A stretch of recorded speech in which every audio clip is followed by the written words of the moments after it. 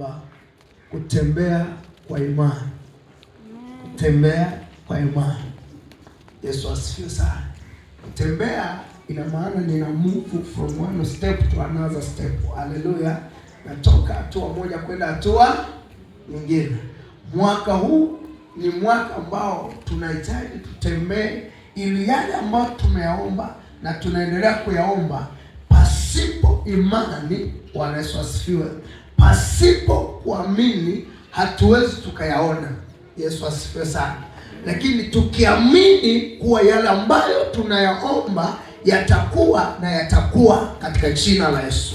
Na ndio maana Biblia inasema imani pasipo matendo imefanya nini? Bwana Yesu asifiwe. Imani isipoambatana na matendo itakufa. Maana ninaposema ninataka Mungu aninue sehemu fulani, lazima huo unapiga hatua. Haleluya. Kupitia ile hatua, ili Mungu atakapokuwa kilitopo leo aendelee kukupa neema ya kukuinua mpaka pale ambapo natakiwa ufike. Bwana Yesu asifiwe sana. Lakini usipoelewa utashangaa unasubiria. Hapana.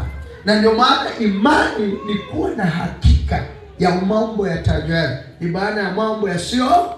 Kuna mambo ambayo unatakiwa uyaone, wanapewa sifa katika ulimwengu wa roho hata kabla hajawa. Bwana Yesu asifiwe sana. Yesu asifiwe sana. Yaani ndio definition ya imani, na neno haliwezi kubadilika.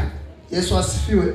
Kwa maana kwamba imani lazima niyaone yale ninayoyatarajia, lazima niyaone maono yangu ya mwaka huu, lazima niyaone malengo yangu katika ulimwengu wa roho.